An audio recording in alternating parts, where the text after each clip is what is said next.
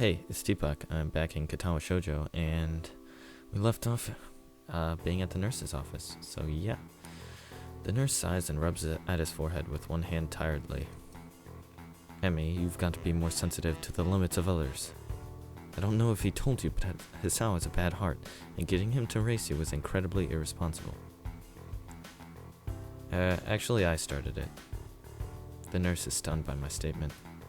You what? We were just running, and Emmy started to pull away, so I sped up to catch her. The nurse stares at the ceiling, mutters a prayer for patience to some god or another, and looks back down at the both of us. So you're both stupid.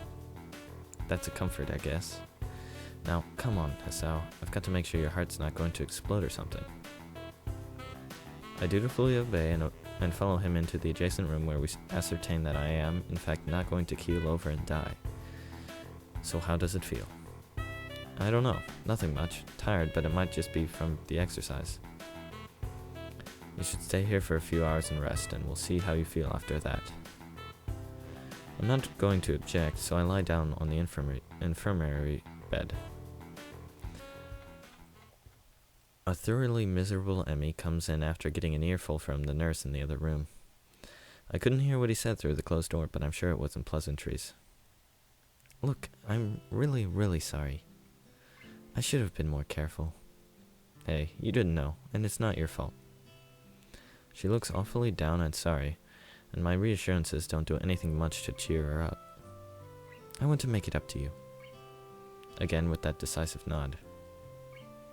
So you have to come to lunch with me. I'll bring it for you, okay? Something really, really good. Start with the you don't have to, but then shut up and just nod at her when I see her face. Good. We meet on the roof. We? Yep, the weather's nice now, so the roof's a great spot for lunch, you know. I see. You'll come, right? You wouldn't deny me the chance to make it up to you. Of course not. Great, see you there. I stay afloat somewhere between asleep and awake, feeling completely drained. Not only my body, but all of me is limp and paralyzed, apart from my senses.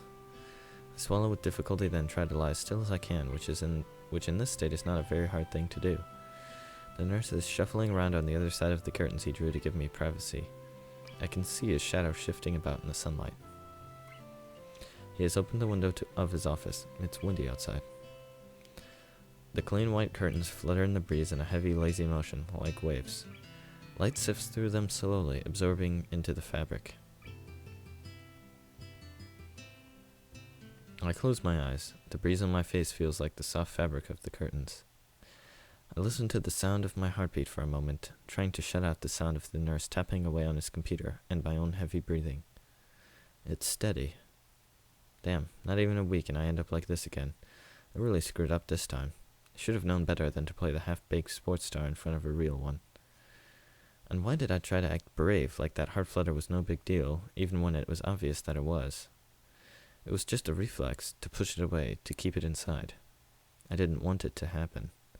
I didn't want Emmy to see it. Ugh. Stupid, stupid, stupid, stupid. I have to be more careful or I will end up in the hospital again, or worse. That's my final thought before I give in to the tiredness. Okay. Oh, and we're awake. I fell asleep. For how long? What time is it? I'm feeling a little lightheaded and I keep blinking compulsively. Pushing the curtain aside, I squint my eyes to see the unfiltered light pouring in from the window. The texture of the canvas feels nothing like the wind did before. The nurse looks up from his work, sitting exactly where he was before. How are you feeling? I can't really tell, so I don't answer anything. I'm feeling kinda groggy from falling asleep at such a weird time. Hopefully I don't look too weird. What time is it?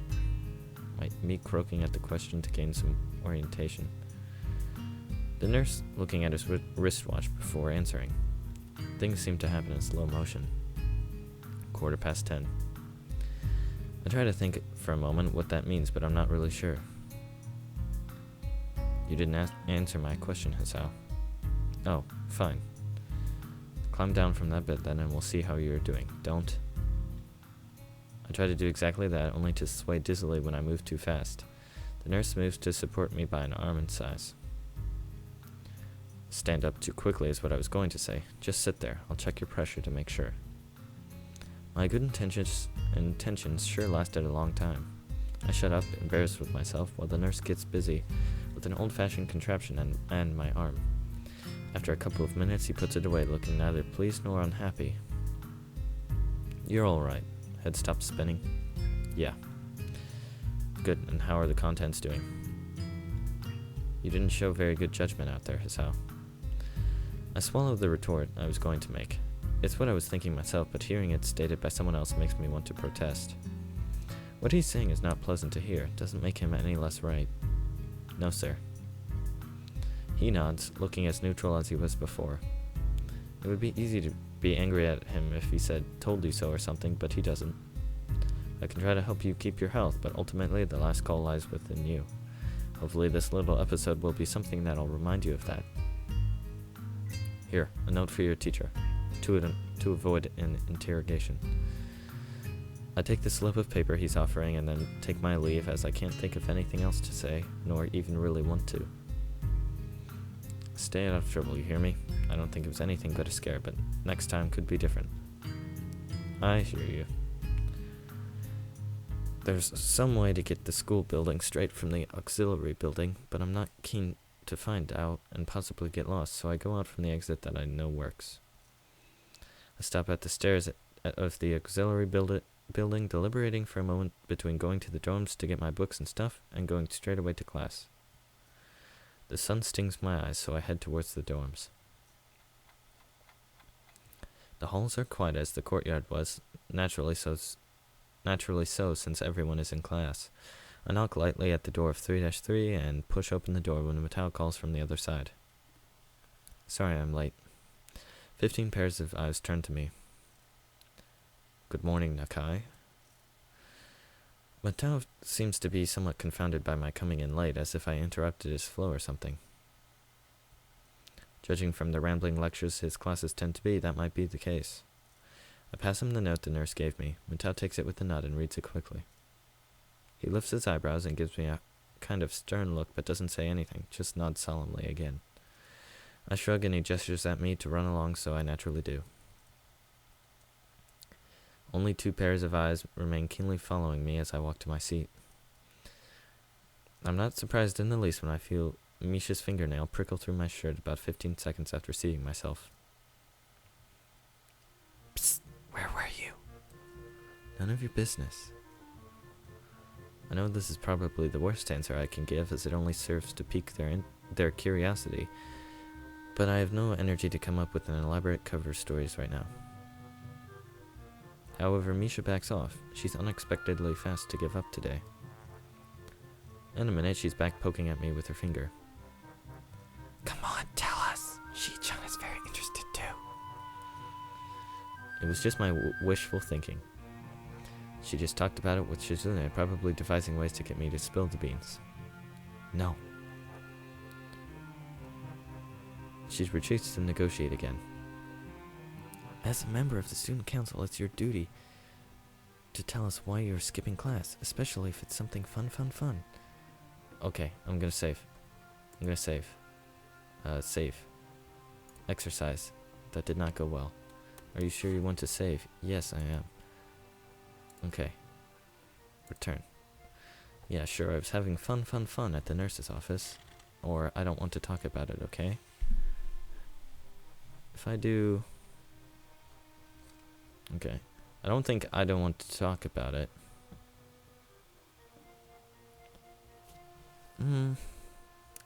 That seems mean, though. I'm gonna do I don't want to talk about it, okay? Give up. I'm not going to tell. Is that so? Yeah. She thinks about this for a moment. That's stingy, Chan. I can hear the pout in her voice, disappointed and downcast. She retreats again for a moment to negotiate with the brainy half of the dynamic duo before returning. I think we should have lunch together and discuss more about this, Shi-chan says. It's our treat. Besides, you need to make up for not being there in the morning, and we need help with the work. The other students around us are starting to give us looks, probably because Misha's leaning so much over her desk that she's almost bumping heads with me. Her curly hair brushes my neck.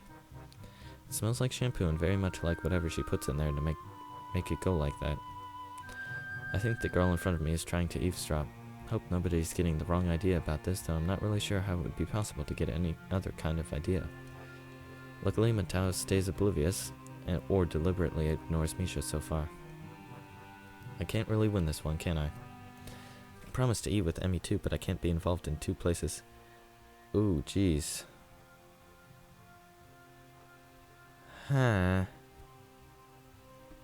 Save. Save again. Oh my gosh. These are the soonest choices I've ever had. I'll go with Shizune. I'm in the student council now. Fine, I'll come with you, but get off my back for the rest of the class, okay? It's a deal, Hee-chan. Okay. Sorry, Emmy. Sorry, Rin.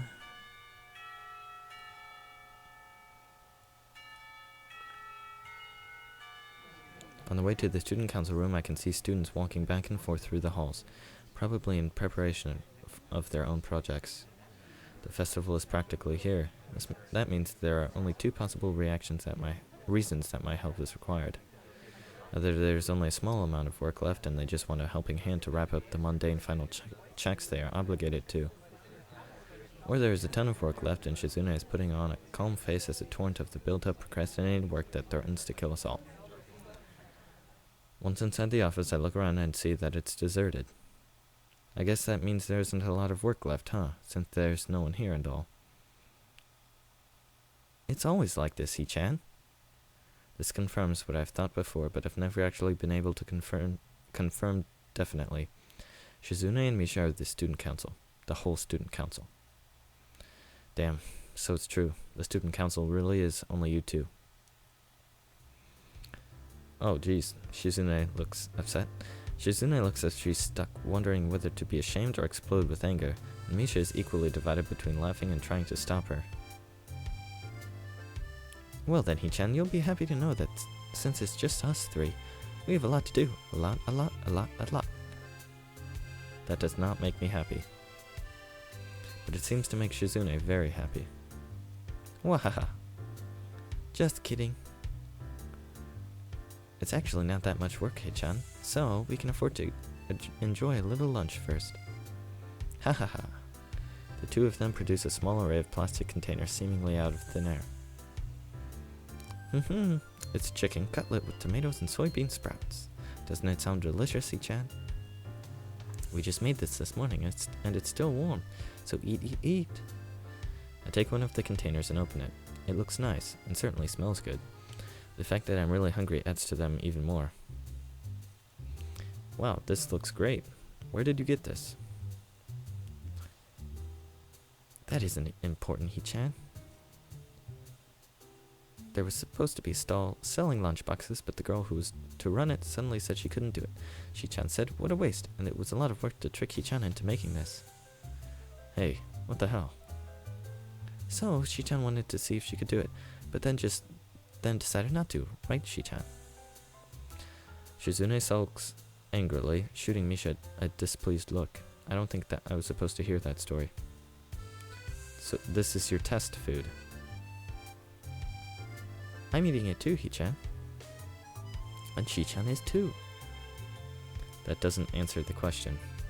Nevertheless, I split a pair of chopsticks Shizune offers me, pick up a piece of cutlet, and pop it into my mouth. It's surprisingly good. I didn't expect Shizune to be such a good cook. Ouch. Shizune puts her chopsticks down to sign curtly towards Misha, who gulps down her cutlet with noticeable difficulty in order to speak for her. Hee-chan, don't talk with food in your mouth. It's not like I enjoy doing it. Anyway, how motherly to show that kind of concern. You can't even eat right, Hee-chan. That's all it is. It's a stalemate. I can't eat in order to talk to Shizune, who can't eat in order to chastise me for eating the wrong way. Misha, caught in between, is the same situation. and looks almost disheartened by how this is going. Either way, our food is getting colder by the second, and it wasn't piping hot to start with. Wherever this was going, it dies down pretty fast once we all realize that, and we eat. After a while, the bell rings, but Misha makes no attempt to tell Shizune, so I'm sure that they're planning to skip class and spend the rest of the day in here again. Hichan, do you have any plans for the festival? No, not really. After all, I've only been here a week. What could I set up in that time? Wahaha, Hichan, you've helped us out so much, don't sell yourself short. Okay. Hey, that was a compliment. We're serious. Okay. The two of them seem to get indignant over the strangest things. You're going through, right, Hichan? You should at least see what we've accomplished. Everyone should be able to look at what they've done so they can fully understand their work. That's my belief. You're no exception. Hichan, you should definitely go. If you don't have anything planned, then maybe we can even go together. Do you need a hand? If there's anything you need help with, I'm fine with sticking around. I feel much more at ease than I did earlier. My previous concerns and fears long gone. I'd forgotten about this morning's trouble entirely until now, having fun with Shizune like this. Having fun with Shizune. It seems like an unfamiliar concept to think of, but looking back on it, I've really enjoyed the moments I've spent with Shizune and Misha these past few days, in spite of everything else. If we might be going together, then maybe I can afford to stick around a little longer. And I guess it beats class. Really, Hichan? Okay, we consider this you repaying us for the free lunch. Great, this is great. Really, really, really great. Shichan was hoping to bring this up again later anyway. That's not a free lunch at all. Normally I would be angry, or at least slightly unsettled, but my mood has improved from earlier on, so I let it slide. Helping them out turns out to consist mostly of stamping forms and making what seems like 10,000 copies apiece of 50 different budget reports. It's not hard, but very boring, and according to Misha, the simplest of the tasks they deal with. I feel myself getting more and more tired, and with that, less eager to return to class. This is especially bad because the more time I spend out of class, the harder it seems to just get up and go back. These two, they're a terrible influence. Terrible role models. Not that it bothers me all that much. I'm sure no one looks up to them, but it's the principle of the thing. Done. Oh, that was fast. I'll be finished before this period's over, I think. No, Hichan, everything is done. So you're done too. That doesn't make any sense. Are you telling me this is all arbitrary and you've been keeping me here for the hell of it? No. But we have kept you long enough. You should go back to class, Hichan. You can still make it for most of this period. What about you? Of course we're coming too. Of course, we'll be right behind you. Reassured, I start heading back to class, but the period is almost halfway over. So I start thinking it would be pointless halfway there and past the difference between this class and the next, drinking juice in the hallway. I keep an eye on the door to the student council room, but it doesn't open. What's taking them so long? Are they busy wrapping up my share of the work? Well, it shouldn't take so long unless there's more, and they just wanted me to leave. The more I think about it, the likelier it seems. Shizune is, well, not an idiot, but clearly she's unable to just come out with things. Maybe it's because she can't talk, so it's harder for her.